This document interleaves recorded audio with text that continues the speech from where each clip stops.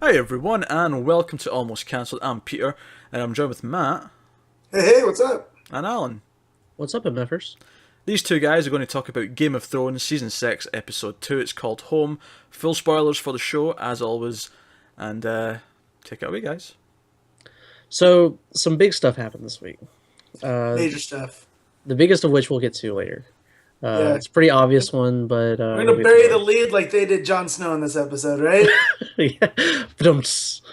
Um, so anyway, there's 9 different storylines that are going on in this one episode. So we're just gonna kind of like blaze through a few real quick, just kind of get them Yep. out of the way. So we've got Arya, who's been picked up by Jaqen, the faceless man, or the guy who does the faceless god stuff, whatever. Yeah, Um, the world's she's most ultimate cosplayer. yes. That's what he is. Um, the girl who was beating her ass last time comes across and beats her again, and then all of a sudden, Jaqen shows up and he's like, "Come with me," essentially. That's basically the end of it. Yeah. Um, after that, uh, Jamie and the High Sparrow kind of have a confrontation at oh, I forgot her name. The Marcella. daughter's Marcella. That's right. Yep. Marcella's funeral, and like they kind of butt heads there, and then that leads into Cersei and Tommen, the king, having kind of like a heart to heart, and he's decided to finally like become a man essentially, and you know use his mother's knowledge to his advantage as a king. Yeah, because that worked out so well with her first son. Yeah. Yeah, Um, like hopefully she learned her lessons. yeah, do But we will overs. see. Hmm. After that, the other one that we're gonna kind of like skip through here is Sansa. Um, she's still in the woods with all the others, and the interesting thing to note here is that Theon is going to go back to the Iron Islands, which we see in this episode. We kind of go back there, and what we see is that the king, I don't remember his name. Balon, Balon, that's right. yeah, Balon Thank you. Greyjoy. He ends up getting killed by his brother, who just shows up out of nowhere. Yeah. His Essentially brother's tosses like him a off of a shadow. bridge. Yeah. Yeah, Like, although, was he really thrown or was walking out during a storm on a rickety old bridge really the best way to get from point A to point B? yeah, he's really brash about it too, right? Because his brother's Yeah. standing there, like he's been on ships forever, and he Hmm. knows how to handle it and everything. But the king's been in this castle, and he's finally like walking across this bridge as it's storming and the wind's blowing really bad. Yeah. And he's like holding onto the rope, and he sees his brother just like standing there taking it. He's like, Yep. "Well, I could do that too." He tries And to his do it, and brother it's just even like, tells him, like, you're old. yeah, Like, this is time for, this is my time, yeah. you know? And his brother's Yeah. about like half his age too. It looks Yeah. like. Yeah, Um, yeah. And that's Euron. Euron? Not Euron. That's a completely different character. Euron Greyjoy, who they talked about him in like season one or season two. yeah. That he was around for Robert's Rebellion, and he's the one that sacked Lannisport, I think, or that during the War fighting. I can't even remember. It's Yeah, I'm a bad there's fan that way because there's so much going on. But that's the thing with this show is that, like you said, there is so much yeah, going on with it, and it's kind of hard to keep up with everything and remember like yeah. everyone's name or just all this other stuff. But he's been Viking it up. The Ironborn are this world's Vikings, Yes. and he's a pirate, and he's coming back. And um, there's a challenge for this throne now too, because Balon hit the water hard. Like I'm Yeah. pretty sure that was an empty casket. Like no empty casket for Balon Greyjoy's Viking Yeah. funeral. So essentially, now the struggle is going to be between his daughter and Yep. Alright. I guess his brother. Since I don't know how he's Yeah. going to do it, I guess he's just going to like can't claim right to the throne, and we're going to have a Well, yeah. battle. So that's what they're talking about. It's called the Kingsmoot, and that's basically where people are going to cast their lot of who they want to be king. So you have Yara, who's the oldest now, because she is older than Theon, right? I think so. That's been established, yeah. And then you have Euron, who's I'm gonna keep doing it. Who's next in line theoretically, because he's the younger brother of the king who just died. Right. And then you have Theon, who's the oldest surviving son. So it should be pretty interesting to see where it goes because we haven't really been to the Iron Islands that much. It's kind of Yeah. like Dorne that way. Hopefully, this ends up being better than Dorne because that got real old real fast. Yeah, I don't think we saw anyone from the Iron Islands in the last season, did Mm-mm. we? Yeah. Nope. So that, like you said, again, that goes back to there just being so much stuff in the Yep. show, um, and there's really only time for a few things, and I think that's the reason why they do so many Yeah. storylines per episode. Like they're trying to cover so much ground, but there is just a ton of it, Yep. and I think that kind of gets people uh, to dislike it a little bit, and that's the reason why you see kind of like the hatred, like for last season especially Yeah. online stuff like that. Um, so yeah, anyway, it should be really interesting whenever Theon shows up, and Hmm. it kind of like throws a wrench into everything. If he shows up, of course. Yeah. Moving on from there, though, the show actually opens up with Bran. It shows him in like the tree with all the roots and everything, and there's the other older guy. I think is Max von Sydow, right? Yeah. Yeah. He went Yeah, straight from a galaxy far, far away to living under a tree real quick. from one version of fantasy to another. Yeah. And they are time traveling back to see Ned as a boy Hmm. and his brother and their sister actually that Yeah. Ned never talked about. And actually Hodor, who speaks and isn't. I guess I'm thinking that something happened to him. Oh Like he got yeah, hit in the head or definitely. something, and then he turned into a Because his name Pokemon. is Willis in this, Yeah, and I was watching it, and I was like, "Oh my God, Hodor could talk!" yeah, And I was taken aback, and apparently he's a pretty good fighter, and they bring up maybe he has giant's blood in him, and that's why he's so which makes big. sense. And Yeah, yeah, I mean, we know giants exist now, right. based off of last season. So, but yeah, you had the three Stark kids from back in the past. So you had Ned, Benjen, and Lyanna, who's Right. kind of the reason all of this started. So I'm wondering why they decided to show us this scene and the way they did it. And we should clarify too, they're not actually like time traveling as we would know it, like Back to the Future style. They're doing this through visions. Yeah. So basically, the three-eyed raven is kind of going through the roots of the tree, and I guess how I'm interpreting it is could look through whatever tree was there at the time. Okay, that's interesting. Yeah, because you remember you have those weirwood trees that the children of the forest carved faces into, Oh and yeah, there was you're that one. There was that one in Winterfell that they built it around. okay. That So makes that's sense. how that's how I'm guessing that they're doing this. Although they could always just go, magic. Yeah, Kind the thing that I was kind of thinking of was like since Bran is related to these people, it might be like That something too. in the blood or something like that. Yeah, You that know, too. but I don't know. That's a good point though. I like the Yeah, whole faces in the trees thing because that makes a lot of sense and gives more yeah, context to that. And I'm guessing that the three-eyed raven is that weird girl who was in the roots of the tree and then was talking to the other chick that Bran got there with. yeah. I think she's more of the children of the forest. Like she's like an old, like a wood elf. Like if this Oh, is, yeah, if this is like Tolkien type stuff, she's like one of those. She's gonna yeah. throw leaves at you and have a bark sword, that type of stuff. Yeah, I felt like a bit of exposition was kind of owed to us there, especially because we didn't see any of these characters Yeah. last season. Well, no, and Uh, then Mira Reed's just sitting out there, like her brother's gone. He's tripping. Bran's tripping with the three-eyed raven under the roots. She's just like, I guess I'll just be out here by myself yeah. if anyone wants to talk. So You also get to see how much they've grown up. yeah, Like they're almost full grown. And whenever the last time we saw them, they were like 9 or 10, yeah, something like that. yeah. And it's kind of jarring because you don't really think of them that way. You think of them as being kids, but I guess it Hmm. works because we didn't get to see them at all last season, Yeah. so you assume that time has passed. Hmm. Um, so yeah, that's that. And then I guess we'll move on to Ramsey and the Boltons. Uh, This this, prick. yeah, Yeah. this guy's a motherfucker, isn't he? Uh huh. So Roose finally has his male heir, like Hmm. his full-blooded male heir. Um, he's born in this episode to Walda, right? Walda Frey. Yeah, she's Yeah, the rather large and in charge one yeah.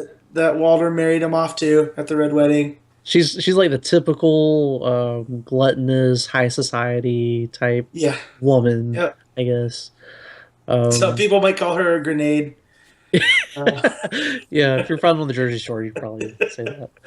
yeah. Um, but anyway, she finally has the male heir, Hmm. and Ramsey, like, what Roose says to Ramsey is, "You'll always be my firstborn," and I took Hmm. that as a good sign at first.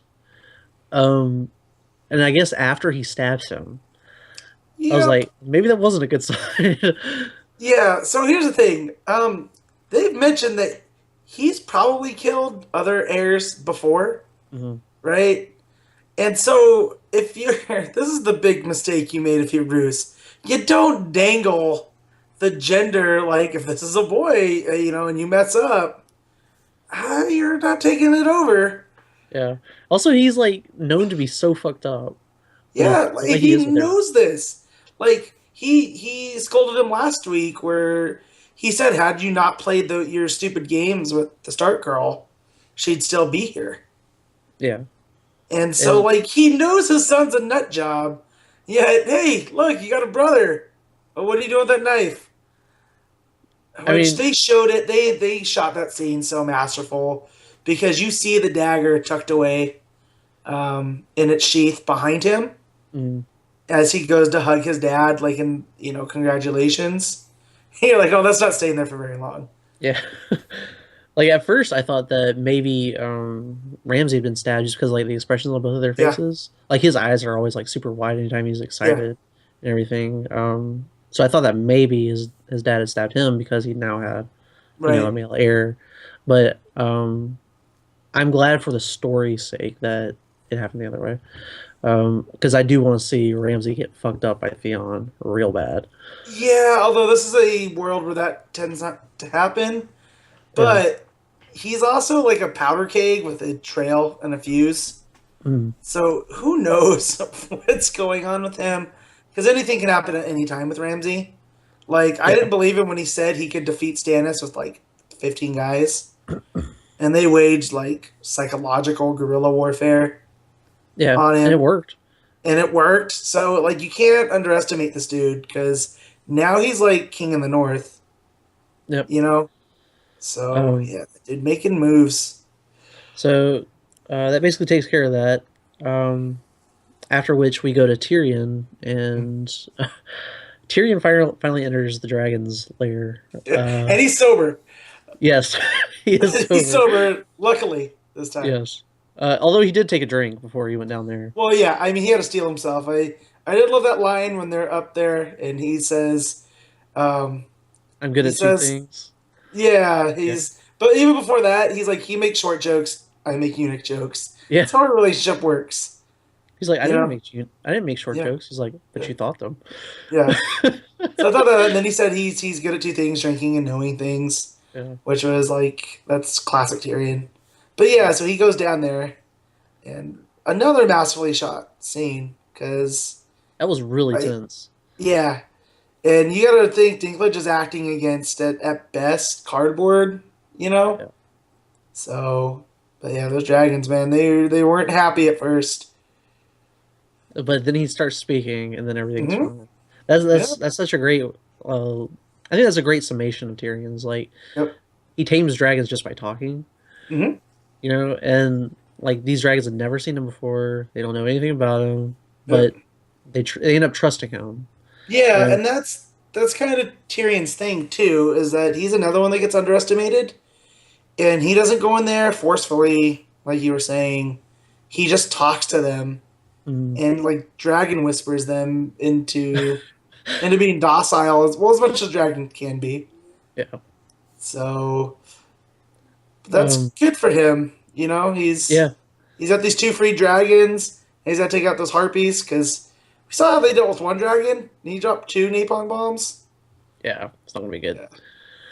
He also mentions that the two other cities that Daenerys went through are now back in the control of the masters, the Yeah. slavers, um, and that's what prompted Tyrion to do all this. Yeah. So they really need those dragons, essentially. Yeah. Um, but from there, I guess we'll talk about the big thing of the Yeah. episode. This is the last bit of the story. Sir Davos goes and gets Melisandre, the Red Woman, Mhm. and is like, "Hey, can you bring John back from the dead?" And she's like, "Well, I don't know. But I'll give it a shot."